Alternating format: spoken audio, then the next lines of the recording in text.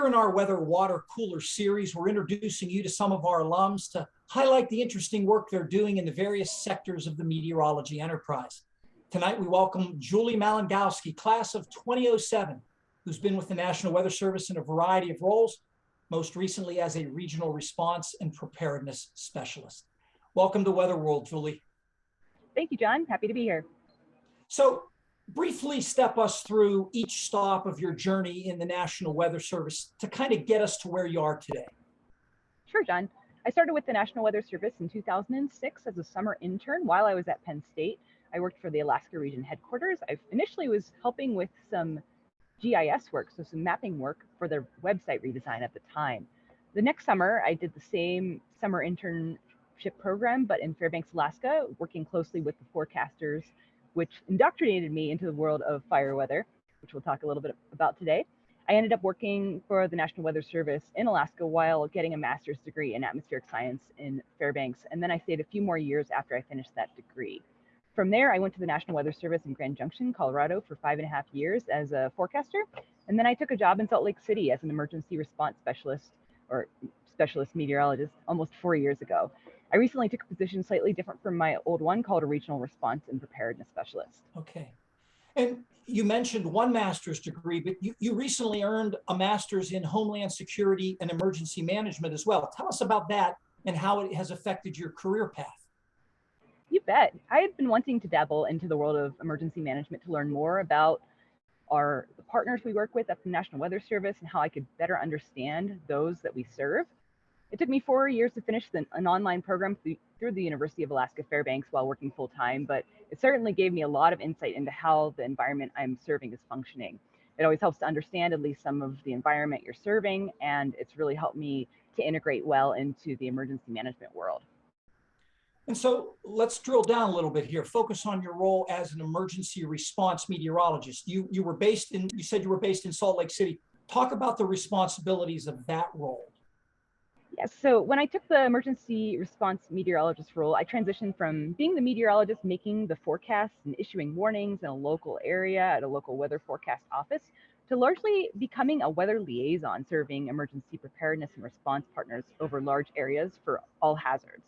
In my particular area of responsibility, I provided weather information, or I like to call it weather intelligence, to FEMA regions in the Western United States and for the state of California for their planning, response, and recovery needs leading up to and after both weather-related and non-weather-related emergency events. So the meteorologists at a local forecast office serve their local level city, county, and sometimes state partners.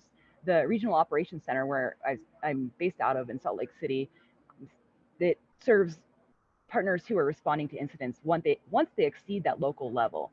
So that's where we come in from the regional level to support things such as statewide wildfire operations, large earthquakes, hurricanes, even public safety emergencies such as a major blackout. Those are all types of emergencies that emergency response meteorologists may respond to and provide weather intelligence to our partners for. And let's talk a little bit about the wildfire operations. You are a so-called IMET, or incident meteorologist for wildfire operations. And in fact, you're deployed right now. I mean, talk about how fast that happens. Do your bags always have to be packed and ready to go? I mean, do you know how long you will be there?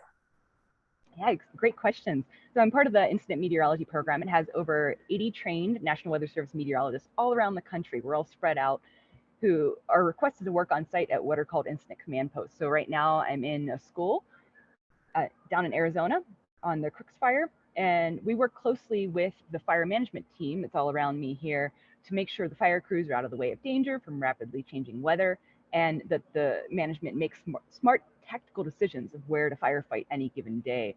For me, I don't have a specific bag packed, but between deploying to California to work for all hazards events at the State Operations Center and being deployed to fires, I do take pride in packing a suitcase in 10 to 15 minutes flat.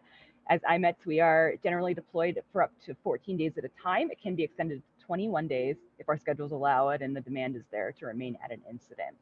So the big thing is keeping your ducks in a row ahead of time and making sure the schedule works for me and my spouse so that stress isn't too high upon leaving. And let's talk a little bit about your new position. You're actually in the same office, but slightly different responsibilities. You're now a regional response and preparedness Specialist. I take it that's a promotion. I mean, how is this new gig different? My new position has put me in a role that will allow me to lead a regional preparedness program for the National Weather Service for our Western region offices. A lot will remain the same. I'm with the same group. I actually still have the same supervisor, and I'll continue to deploy to fires as needed, and I'll still work with regional partners. But the opportunity is giving me more of a leadership role to help the National Weather Service prepare better for these large emergencies on a larger scale. So one of our big concerns out west is a catastrophic earthquake occurring over the next 50 years. There's a lot of areas that this could happen in the Western US. So a lot of my focus will be based on supporting our partners, our emergency response partners, and then keeping our National Weather Service offices being able to serve these partners during a potential event that could cause outages for weeks or even months. Okay. So we have less than a minute left. We always like to ask our weather water cooler guests, what are some things you like to do when you're not working? And what's a favorite memory of being here at Penn State? When I'm not working, you'll find me outside. I'll be either gardening, mountain biking, running, or socializing.